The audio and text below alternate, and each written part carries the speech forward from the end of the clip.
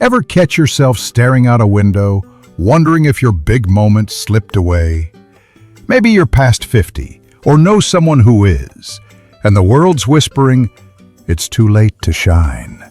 Well, grab a blanket, a coffee, or pop in your earbuds. This one's for you. The 25 people you're about to meet didn't just ignore that whisper. They roared back. They were fired, broke, grieving, or just restless. But after 50, they built empires, changed lives, and left legacies that make your heart skip. These aren't dry success stories. They're bursts of joy, pain, and stubborn hope, told like tales from a friend who believes in you. Picture this as a road trip playlist or a bedtime saga, each story a new melody. Some gritty, like a dusty highway. Others warm, like a kitchen glowing with laughter. We'll dive into the sweaty, hopeful moments that sparked their journeys, the messy magic that fueled their rise, the friends and tools that lifted them up, and the lessons that'll stick with you like a favorite song. Whether you're reading this curled up or listening on a starry drive, these tales are crafted to wrap you in wonder. From a diner napkin empire to a jazz club saving souls, these folks prove 50 isn't a finish line, it's a launch pad. Let's hit the road, one heart-stirring story at a time. Bernie Marcus, the fired dreamer who built a Home Depot kingdom. It's 1978, and Bernie Marcus, 49, slumps in a creaky LA diner booth, the smell of burnt coffee stinging his nose. His heart's heavy, fired from his CEO gig at Handy Dan, a chain he'd grown to 80 stores. Raised in a Newark tenement by Russian Jewish immigrants, Bernie's hustled since he was a kid, selling socks to pay rent. But this betrayal cuts deep. A boss's grudge ended his climb. Across the table, pal Arthur Blank, also sacked, cracks a tired grin. "What if we built something better?" they whisper, scribbling Home Depot on a napkin. Giant stores where carpenters, moms, anyone could grab tools cheap, with pros to guide like old pals. With $1.2 million begged from investor Ken Langone, they opened 2 Atlanta stores in 1979. It's chaos. Returns pile up, customers grumble. But Bernie's immigrant grit shines. Free hot dogs for kids, clinics on drywall hacks. Word spreads like wildfire. By 1989, Home Depot's a $1 billion giant. When Bernie retires in 2002, it's a $150 billion empire, employing 500,000. He pours millions into hospitals, aquariums, grinning as families marvel at fish tanks he funded. "I was nobody," he laughs, "but I built something for everybody." What sparked it? That firing was a gift, freeing Bernie's soul. The 1970s DIY boom, folks fixing homes post-oil crisis, was his wind. Why it soared? Bernie's hustle, Arthur's ops magic, Ken's cash, Pat Farah's store layouts. What helped? A napkin, a loan, a lifetime of grit. Lessons to carry. Setbacks are springboards. Bernie's firing lit his fire. Find your tribe. Ken and Arthur were anchors. And give big. Generosity won hearts. The only limit's your imagination, he writes in Kick Up Some Dust. At 50, Bernie built a home for dreamers. Ray Kroc, the milkshake hustler who flipped burgers into billions. Picture Ray Kroc, 52, in 1954, rattling across Illinois in a dusty Ford, milkshake mixers clanking in the back. He's wiry, diabetic, limping from a World War I injury, with 2 divorces and a string of flops, piano gigs, real estate busts, a radio stint gone nowhere. Life's a grind, but Ray's got a salesman's spark. Then, an order hits, 8 multi-mixers for a San Bernardino burger shack run by Dick and Mac McDonald. Ray drives out, dust swirling, and freezes. Cars snake around a red and white stand, kids munching 15-cent fries, burgers flying in 30 seconds. No waiters, just speed and smiles. Ray's heart races. He sees the future. He begs the brothers to franchise. They shrug, but Ray bets it all, mortgaging his house for $950,000. His first McDonald's opens in Des Plaines, Illinois, 1955, golden arches gleaming. Franchisees fight his same burger everywhere rule, but Ray's relentless, dreams up Ronald McDonald, buys land to control rents.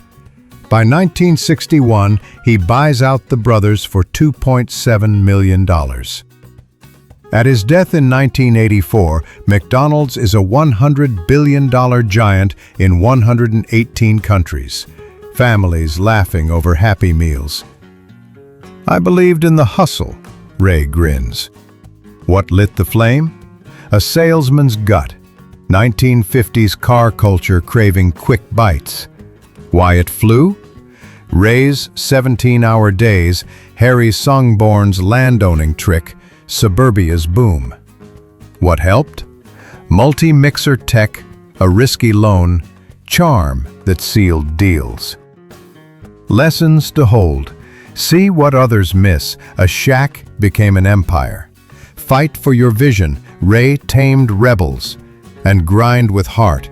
I was an overnight success after 30 years, he chuckles in grinding it out. At 52, Ray flipped his life into gold. Colonel Harland Sanders, the road-weary cook who fried up KFC. It's 1952, and Harland Sanders, 62, is curled up in his beat-up Cadillac, a $105 Social Security check crumpled in his pocket. The Kentucky sun beats down, his heart heavy. Born in 1890, he's been a farmhand at 7. Mom worked nights after Dad died. A streetcar conductor, a lawyer booted from court, a tire salesman. His Corbin gas station cafe, slinging pressure-fried chicken with 11 secret spices, made him a legend. Kentucky's governor dubbed him Colonel. Then Interstate 75 bypasses his town, and his cafe's a ghost. Harland could have quit, sunk into despair. Instead, he packs his fryer, spices, and a white suit, hitting the road. Motels are cheap, diners cheaper. He pitches his recipe, 1,009 rejections, doors slammed, too old sneers. But in a dusty Utah motel, Pete Harmon nods yes. The first KFC opens in 1952, buckets flying. By 1964, 600 outlets. Harland sells for $2 million, $17 million today. Staying the bow-tied mascot till 80, grinning as kids lick their fingers. I wasn't done yet, he'd say, eyes twinkling. What started it? A bypassed road forced a leap. His recipe was magic. Why it soared? Post-World War II road trips craved eats. Harland's charm sold trust. What helped? Wife Claudia mixing spices, a fryer patent, 1,009 no's of grit. Lessons to treasure? Rejections practice. 1,009 doors led to one yes. Be unforgettable. That Colonel vibe was iconic. And pivot with heart. I had to keep going, he said. At 62, Harland fried up a legacy. Leo Goodwin, the number guy who ensured a nation's dreams. It's 1936, and Leo Goodwin, 50, scribbles in a Florida garage, the air thick with humidity and hope. The Great Depression's got folks pinching pennies, but Leo, a Texas accountant, sees a gap. Auto insurance is a ripoff. Agents hike rates for fat commissions. With wife Lillian, his ledger-loving partner, Leo dreams up Geico, direct-to-consumer policies for government workers. Steady jobs, low wrecks, at 30 to 40% less. No middlemen, just math and heart. With $50,000 from oil buddies, they mail policies from home. First year, profit. World War II GIs and 1950s car ownership explode demand. By 1964, 1 million policies. Today, $32 billion. Leo's quiet pride? Making cars safe for families from coast to coast. What sparked it? Depression desperation. Leo's math brain spotted a flaw. Why it worked? Precise risk models, Lillian's ledgers, suburbia's car boom. What helped? A garage, oilman cash, DC's Fed network. Lessons to love. Simplify big problems, direct sales slashed costs. Start lean, 50K birthed billions. And trust your skills. Numbers don't lie, Leo said. At 50, he insured dreams. Vera Wang, the bride who dressed the world's heart, step into 1989, where Vera Wang, 40, is planning her wedding, her heart sinking.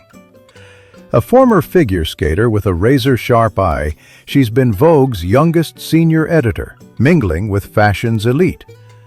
But bridal gowns? Frilly? Dated? Nothing like the sleek elegance she craves. Frustrated, she sketches a modern dress, clean lines, bold grace, paying a seamstress $10,000 to make it. At the altar, friends gasp, begging copies. Vera's mind races. This is it. By 50, in 1990, she opens Vera Wang Bridal House on Madison Avenue, pouring in her savings. No loans, just faith. First year, $1 million. Her gowns dress Beyoncé, Ariana Grande, every dreamer craving chic. Licensing to Kohl's, fragrances, home goods builds a $600 million empire. Now, 70 plus, Vera sketches, eyes sparkling with every bride's smile. I didn't plan this, she laughs.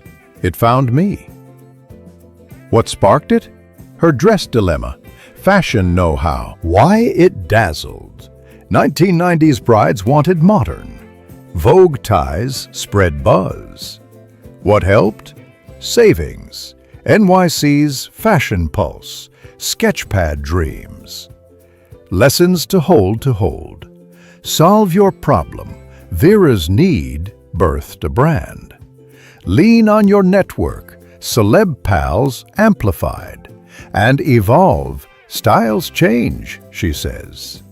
At 50, Vera stitched stardom. Julia Child, the clumsy spy who cooked her way to America's heart. It's 1961, and Julia Child, 49, towers at 6 foot 2 inches in a Paris kitchen. Her apron dusted with flour, pots clanging like a symphony gone wild. A former World War II OSS spy who cracked codes in jungles, she's no chef. Her first attempts at omelets are more scramble than art. But France, where husband Paul's diplomat job has landed them, smells of buttery croissants and sizzling coq au vin. Julia's hooked. At Le Cordon Bleu, instructors smirk at her clumsy hands. But Paul's soft, "Keep going, dear," is her anchor. She chops, whisks, and burns through doubt, mastering sauces that sing.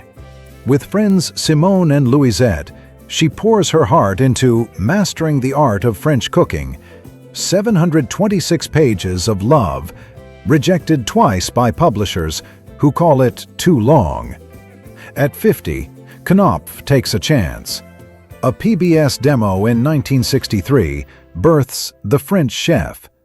Julia drops a chicken, laughs through spills, her warbly voice pure joy. America Falls Hard.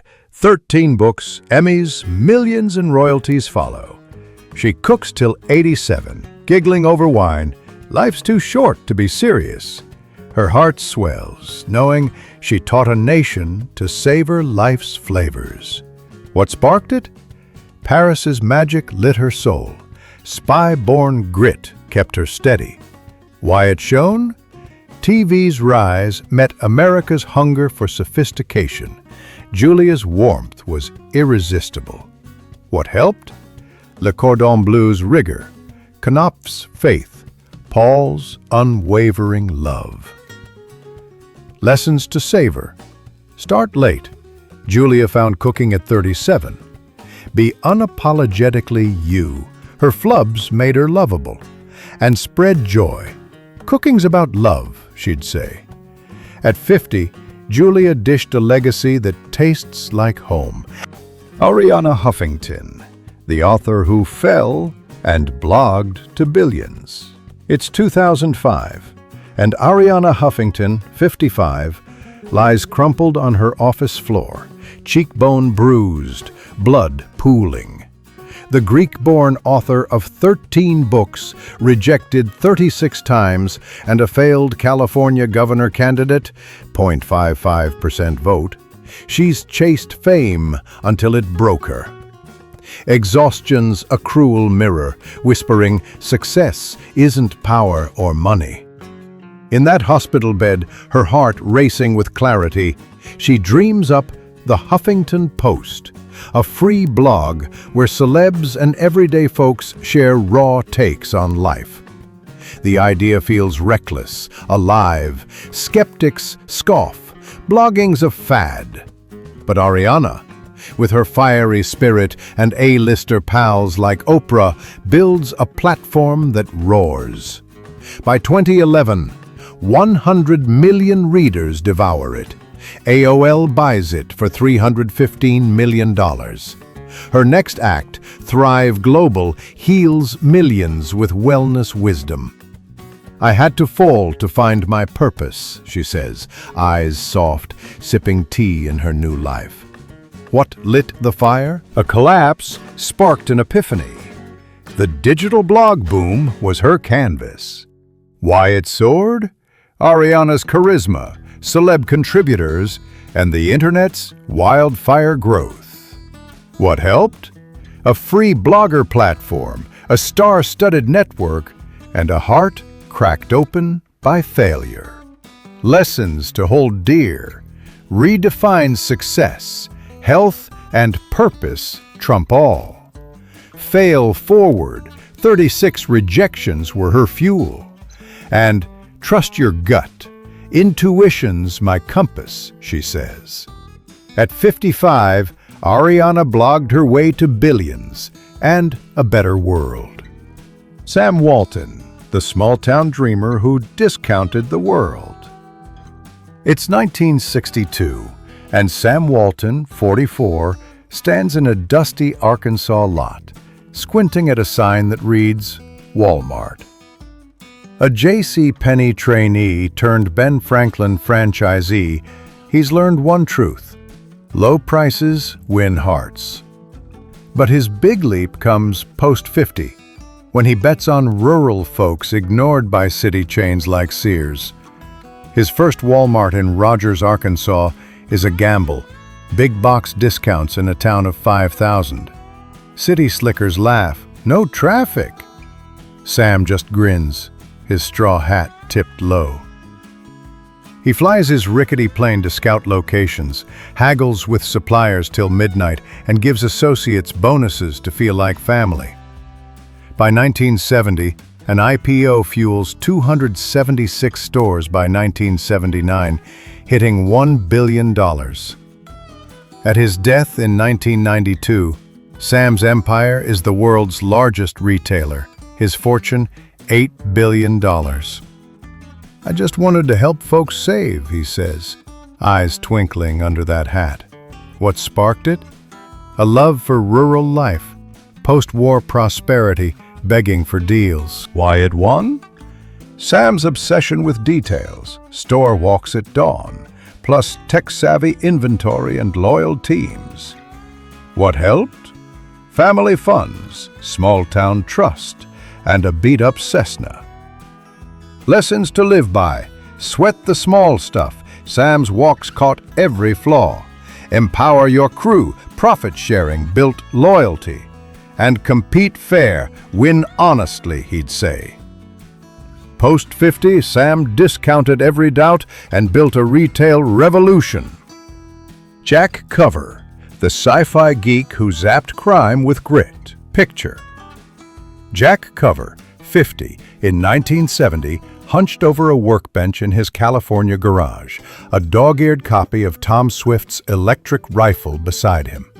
A NASA physicist who's sent probes to the moon, Jack's a dreamer, but the news screams hijackings, planes, chaos, guns too deadly. Inspired by sci-fi, he sketches a non-lethal weapon, a dart-shooting taser with 50,000 volts to stun, not kill. His hands shake with excitement, but doubt creeps in. Will cops ever trust it? He patents it in 1974, launching taser systems. Early days are rough. Police call it a firearm because of gunpowder charges, blocking sales. Jack tweaks, tests, and pleads. By the 1980s, LAPD trials spark a breakthrough. By the 2000s, 13,000 agencies use tasers. Axons worth $1 billion. Jack, now in his 70s, beams at safer streets. I just wanted to save lives, he says. Sci-fi book still on his shelf. What lit the spark? A sci-fi novel. A world desperate for safer policing. Why it soared? Jack's NASA precision. A growing safety demand. And relentless tweaking. What helped? Lab access, patent smarts, and a dreamer's heart. Lessons to love. Let wild ideas lead. Fiction birthed billions. Keep iterating. Flaws became wins. And persist. Regs didn't stop him. At 50, Jack zapped fear and lit up safety. William Porter, the prof who traded stocks and changed lives.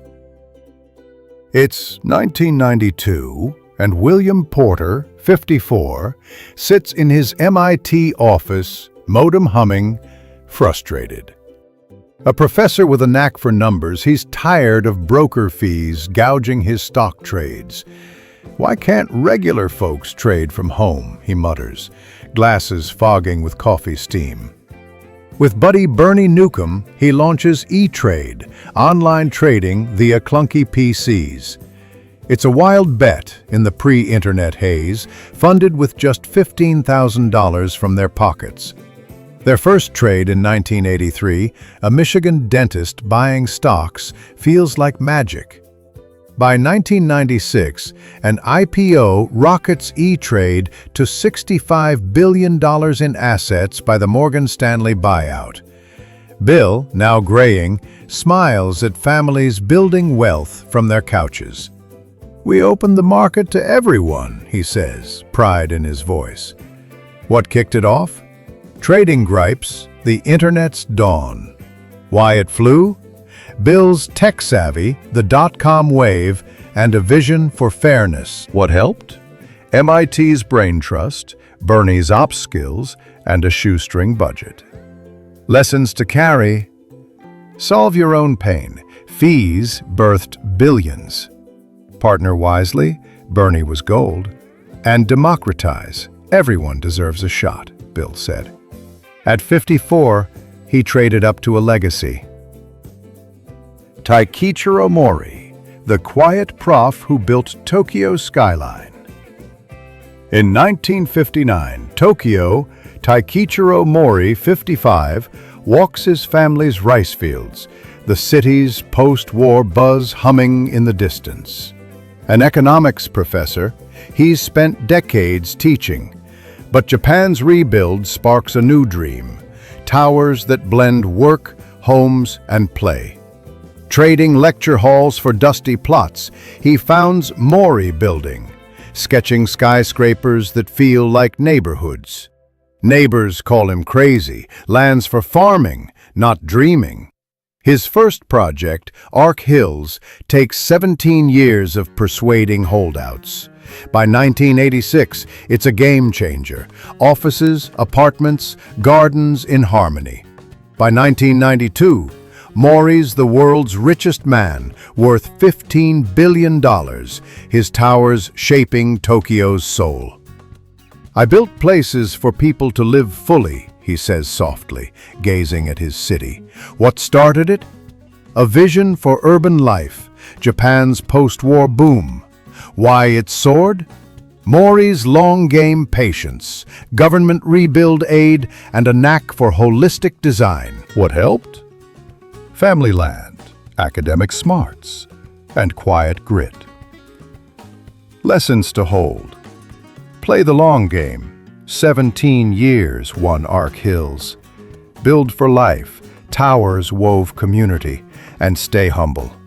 "I'm just a builder," he said. At 55, Mori raised Tokyo's dreams. Martha Stewart, the caterer who crowned a lifestyle empire.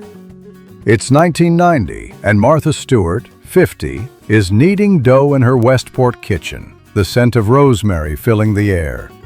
A former stockbroker, she's turned her farm into a haven of perfect pies and crisp linens. Her book Entertaining, 1982, was a hit, but she dreams bigger. A magazine to share her vision of beauty in everyday life. Martha Stewart Living launches, despite skeptics who call it too niche. Her heart pounds. Will anyone care? They do. Her perfectionist charm, Candles Just So, Recipes with Love, captures the 1980s yuppie nesting craze. Omnimedia goes public in 1999, hitting $1 billion. Prison in 2004 for insider trading? She emerges stronger, hosting shows, inspiring millions. "Hardship made me richer," she says, smiling over a perfectly set table. What sparked it? A passion for homemaking, yuppie dreams of elegance. Why it's shown? Martha's authentic charm, Kmart licensing, and Time Inc.'s muscle. What helped? Her farm's aesthetic, a loyal team, and relentless drive. Lessons to love. Be you. Her perfect flaws won hearts. Diversify. Media to merch soared and bounce back. Prison taught me strength, she says. At 50, Martha crowned a lifestyle empire. Bob Parsons, the vet who conquered the web with guts. Ab Parsons, 47, sells his software firm for $64 million in 1994. But at 50 in 1997, he's restless in Arizona's heat. A Vietnam vet and self-taught coder, he's fought battles, literal and corporate. The dot-com boom's buzzing, and Bob spots a gap. Domain names are clunky to buy. With his savings, he launches GoDaddy, a platform to make web addresses simple. "Let's make it fun," he grins, planning edgy ads. Super Bowl commercials, bold, cheeky, spark buzz. Skeptics roll eyes, but GoDaddy rockets to a $4 billion valuation. Bob, now a billionaire, pours millions into veterans' causes. "I fought for freedom, now I build it," he says, boots kicked up on his desk. What kicked it off? Tech foresight, the internet's wild growth. Why it worked? Marine grit, daring marketing, and a user-friendly platform. What helped? Software cash, a bold team, and Bob's fearless vibe. Lessons to live. Fail forward, flops taught scale. Pivot with passion, code to domains clicked. And give back. Vets deserve it, he says. At 50, Bob owned the web. Laura Ingalls Wilder, the farmer's wife who wove prairie magic. It's 1932, and Laura Ingalls Wilder, 65, sits on her Missouri farm, dust from the Great Depression coating her windows. A pioneer kid who rode wagons and heard Pa's fiddle, she's faced droughts and loss. Her daughter Rose urges her to write down childhood tales, blizzards, prairies, family love. Laura's hands tremble. She's no author, but at her kitchen table she pens Little House in the Big Woods, Rose polishing every word. Publishers reject it. Too simple. Harper takes a chance. The series sells 60 million copies, spawns a TV empire. Laura, in her 80s, smiles at fan letters from kids. "I just told my truth," she says, rocking on her porch. What sparked it? Hard times, memories begging to be shared. Why it soared? Dust Bowl readers craved hope. Rose's edits made it shine. What helped? Farm grit, Harper's trust, and Rose's pen. Lessons to cherish. Mine your past. Childhood was gold. Collaborate. Rose's polish glowed. And keep writing. Rejections didn't stop her. At 65, Laura homesteaded hearts. Wally Blume, the dairy dad who scooped ice cream. Joy Wally Blume's 57 in 1995. Stirring a bowl in his Michigan basement, the sweet scent of vanilla swirling. A dairy exec for decades, he's tired of corporate grind. One night, craving a treat, he mixes vanilla ice cream with fudge swirls and peanut butter cups. Moose Tracks is born. Friends at a barbecue go wild, spoons scraping bowls. "You gotta sell this," they cheer. Wally's heart skips. Maybe he's onto something. With his wife's encouragement, he starts Denali Flavors, pitching to local stores. By 2000, it's in supermarkets nationwide, pulling $80 million. Wally, now in his 70s, grins at kids devouring his creation. "I just wanted to make people smile," he says, licking a spoon. What lit the spark? A love for flavors, the 1990s ice cream craze. Why it flew? A fun name, dairy know-how, and a universal craving for joy. What helped? A basement, wife's support, and barbecue buddies' cheers. Lessons to savor. Chase what delights you. Moose Tracks was pure fun. Start small, basements birth empires. And lean on love. My wife believed first, he says. At 57, Wally scooped happiness. Feilding, the aristocrat who healed minds with courage. It's 2018, and Lady Amanda Feilding, 76, sits in her Oxford manor, papers strewn across a desk, the faint scent of lavender in the air. For 50 years, this aristocrat has studied psychedelics, convinced they can heal mental illness. Her Beckley Foundation pushed policy. Now she launches Beckley SciTech with son Cosmo, raising 90 million euros for trials. Colleagues call her mad. LSD for therapy? But Amanda's seen the science, felt the hope in patients' eyes. Her work yields 50-plus papers, shifting global views. At 80, she's a biotech pioneer, her heart full, knowing she's easing minds. Curiosity kept me young, she says, smiling softly. What started it? Lifelong curiosity, a psychedelic renaissance. Why it soared? A mission bigger than money, Cosmo's support, and growing science. What helped? Beckley's legacy, research grit, and family love. Lessons to hold. Learn forever. 50 years honed her edge. Put purpose first. Ethics won trust. And lean on family. Cosmo was my rock, she says. At 76, Amanda healed souls. Julie Wainwright, the dot-com flop who resold luxury with grit. It's 2011, And Julie Wainwright, 55, stares at her San Francisco apartment ceiling, jobless and labeled unemployable. Her .com startup, Pets.com, crashed spectacularly in 2000, leaving her reputation in tatters. But Julie's not done. Flipping through a fashion magazine, she notices a trend. Sustainability's hot, and luxury resales untapped. She launches The Real Real, an online platform for authenticated Gucci bags and Chanel dresses. Investors hesitate. Another flop? But Julie's e-commerce scars make her sharp. By 2019, The Real Real's IPO hits $1 billion. Julie, now in her 60s, beams at women reselling treasures.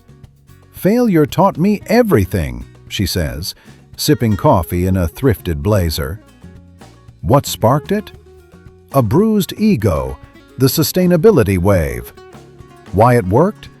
E-com savvy, luxury's allure, and relentless hustle.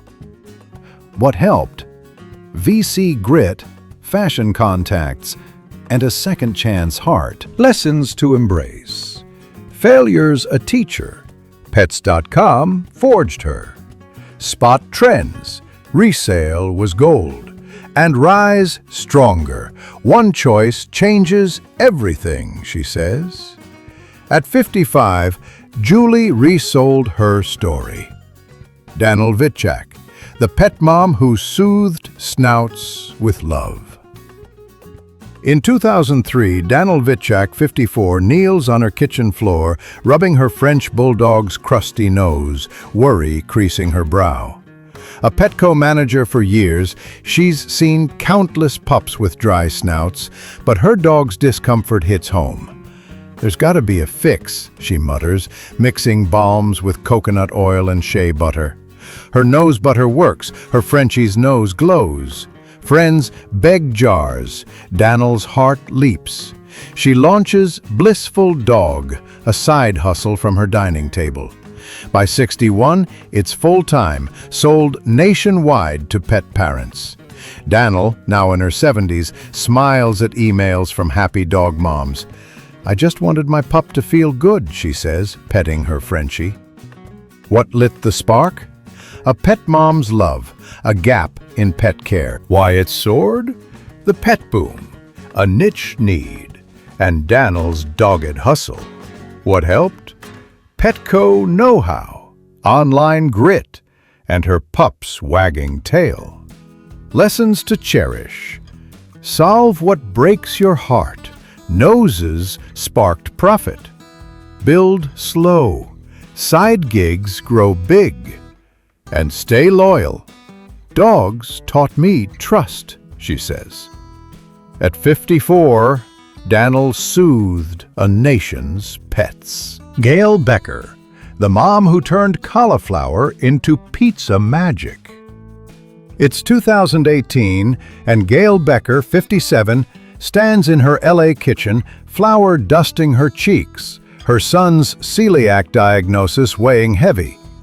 A PR exec, she's juggled corporate life, but finding gluten-free food that doesn't taste like cardboard? Impossible. One night she mashes cauliflower into a pizza crust, crisp, cheesy, a hit with her boys. "Mom, this is awesome," they cheer. Gail's heart swells. She dreams up Caulipower, a brand to make healthy eating fun. With her PR savvy and a few VC bets, Caulipower hits Walmart, riding the keto craze to $50 million in sales. Gail, now in her 60s, grins at families devouring her pizzas. "I cook for my kids, and it fed the world," she says, slicing a fresh pie. What kicked it off? A mom's mission, the health food wave. Why it flew? Gail's industry smarts, VC trust, and a universal craving for guilt-free eats. What helped? Kitchen experiments, PR networks, and her son's cheers. Lessons to love. Let family fuel you. Kids sparked innovation. Disrupt, bold. Cauliflower pizza was wild, and scales smart. One store led to 25,000, she says. At 57, Gail crusted millions. Sheila Lirio Marcelo, the mom who cared her way to billions. Sheila Lirio Marcelo, 55, sits at her Boston desk in 2006, juggling a Harvard MBA, 2 kids, and aging parents. The sandwich generation stress is crushing. Finding caregivers feels like a maze. One night, exhausted, she dreams of Care.com, an online platform to connect families with sitters, nannies, elder care. Why isn't this easier, she sighs, laptop glowing. With $111 million from investors, she launches, despite tech bros doubting a mom's vision. Care.com grows to 35 million users. In 2020, it sells for $500 million. Sheila, now pivoting to Ohai.ai, smiles at families she's helped. Care's universal, she says, hugging her kids. What sparked it? Sandwich generation pain, the digital shift. Why it soared? Sheila's HBS network, a massive care gap, and tech savvy. What helped? Funding, a mom's heart, and a universal need. Lessons to hold. Solve lived problems. Care was huge. Scale inclusive, global reach won. And pivot. New dreams keep me alive, she says. At 55, Sheila cared to billions. Churchill, the vet who brewed a coffee empire with heart. The 2009 recession hits Churchill, 50-something, like a freight train. His software startup's gone bust, his savings drained, and the Salt Lake City air feels heavy with failure. A former Army vet, Carl's faced worse. Desert deployments with bad coffee still haunt him. One night, his wife Lori roasts beans in their garage, the rich aroma curling through the air. "This is better than Starbucks," Carl laughs, sipping. An idea brews. Alpha Coffee, a veteran-focused brand with a warrior vibe, offering discounts to soldiers. They start small, selling at farmers markets, Carl's dog tags jangling as he pours samples. Vets rally, sharing stories over cups. By 2015, 2 SLC shops thrive. Online sales go nationwide. Carl, now in his 60s, grins at vets bonding over his brews. "Coffee's my way of serving again," he says, saluting a customer. What lit the fire? Burnt deployment coffee, vet grit post-recession. Why it roared? A purpose-driven brand, community love, and Lori's roasting magic. What helped? Military hustle, a DAV boot camp, and garage roasted beans. Lessons to carry? Purpose fuels passion. Serving vets drove Carl. Build a tribe, battle buddies bonded, and rise from ashes. Failures just coffee grounds, he laughs.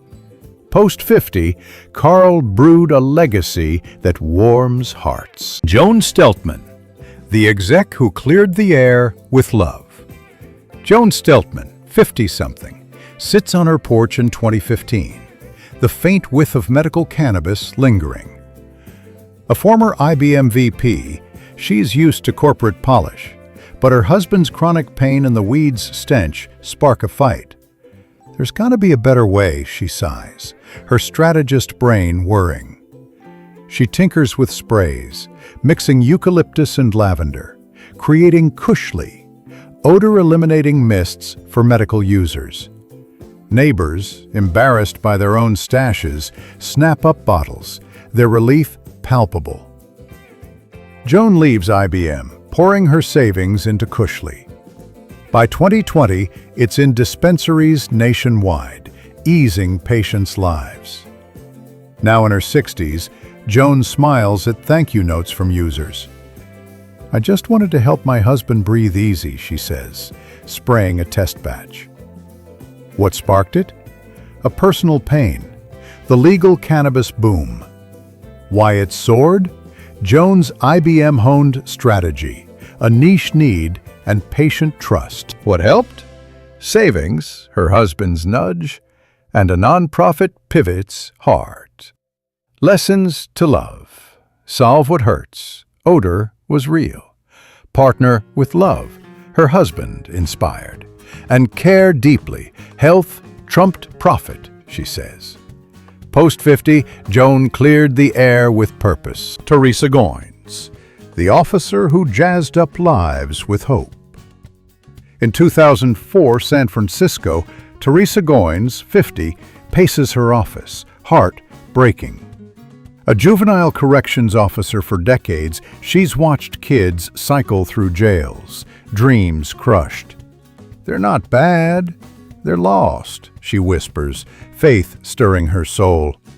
Over a potluck dinner, she dreams up Old School Cafe, a jazz club run by at-risk youth, training them as chefs, servers, performers. She starts with pop-up suppers in her garage, the clink of plates mingling with kids' nervous laughs. Skeptics call it naive, but Teresa, Mama T to her teens, keeps going. By 2010, the cafe's a hit, transforming 300-plus lives. Named a CNN hero, Teresa, now in her 60s, dances to jazz with her kids. "I gave them a stage and they shone," she says, tears in her eyes. What lit the spark? A justice-fueled heart, faith in second chances. Why it soared? Community love, job training, and Teresa's Mama Bear vibe. What helped? Her garage, donors, and kids' raw talent. Lessons to hold dear. Empower. Don't pity. Jobs healed. Build family. "My kids saved me too," she says, and persist. 10 years built a legacy. At 50, Teresa jazzed up lives with love. Wendy Mayhew, the rebel who coached seniors to soar. Wendy Mayhew, 71, sits at her Ottawa desk in 2015, the hum of corporate life a distant memory. Decades in cubicles left her soul parched. She's done with ageism sneering, "You're too old." With a pen and fury, she self-publishes books on senior entrepreneurship, then launches Wise, a consulting firm to empower 50-plus dreamers. "Your wisdom's your weapon," she tells clients, her voice crackling with defiance. Her workshops spark global panels, earning 50-plus awards. Wendy, now in her 80s, grins at emails from seniors launching startups. "Age is my superpower," she says, flipping through her latest book. What kicked it off? Rage at ageism, a hunger to share wisdom. Why it flew? Wendy's 40-year hustle, a senior startup wave, and her fiery spirit. What helped? Self-publishing grit, networks, and a rebel's heart. Lessons to cherish. Your life's your edge. Experience trumps youth. Build tribes. Clients became family. And teach. Sharing's my legacy, she says. At 71, Wendy coached a generation to soar. Anonymous Reddit dad, the griever who cleaned his way to a legacy. It's 2015, and a 50-something dad, known only as a Reddit hero, sits on his couch, grief like a stone in his chest. Laid off from a 30-year tech career, mourning a child's loss. He's drowning. Bills pile up, his kid's future shaky. One night, cleaning his kitchen to clear his mind, he thinks, people pay for this. With $500 and a mop, he starts a cleaning service, knocking on doors in his small town. Neighbors, seeing his red-rimmed eyes, say yes, spreading word. Year 1, $800,000, 9 staff. 5 years later, $2.4 million, 24 employees, a family legacy. Now in his 60s, he hugs his kids, proud. "I cleaned for them," he writes on Reddit, voice breaking through text. What sparked it? Grief's fire, a recession's need. Why it roared? Raw hustle, community trust, and a father's love. What helped? A mop, word of mouth, and a broken heart that refused to quit. Lessons to love. Pain fuels purpose. Grief built an empire. Scale with heart. Hiring locals won loyalty. And build for legacy. "My kids will soar," he says. Post-50, he scrubbed his way to hope. As our journey ends, these 25 stories linger like stars after a long drive. From Bernie's diner defiance to a Reddit dad's tear-streaked triumph, they're heartbeats of hope, grit, and stubborn dreams. Each faced a world shouting, "Too old!" but answered with fire, firings, rejections, empty wallets turned into empires. They leaned on tribes, friends, family, strangers, and simple tools, a napkin, a fryer, a sketchpad. You don't need youth or millions. Bernie had a loan and a dream. Harland had a car and spices. Julia had a stove and a laugh. Your spark's out there, a hobby, a hurt, a whisper saying, "Try." Start small, like Wally's ice cream. Solve a problem, like Vera's gowns. Keep going. 1009 no's didn't stop Harland, and they won't stop you. Your second act's waiting to steal the show. What's your first step? Share it. I'm cheering you on, because your story's next.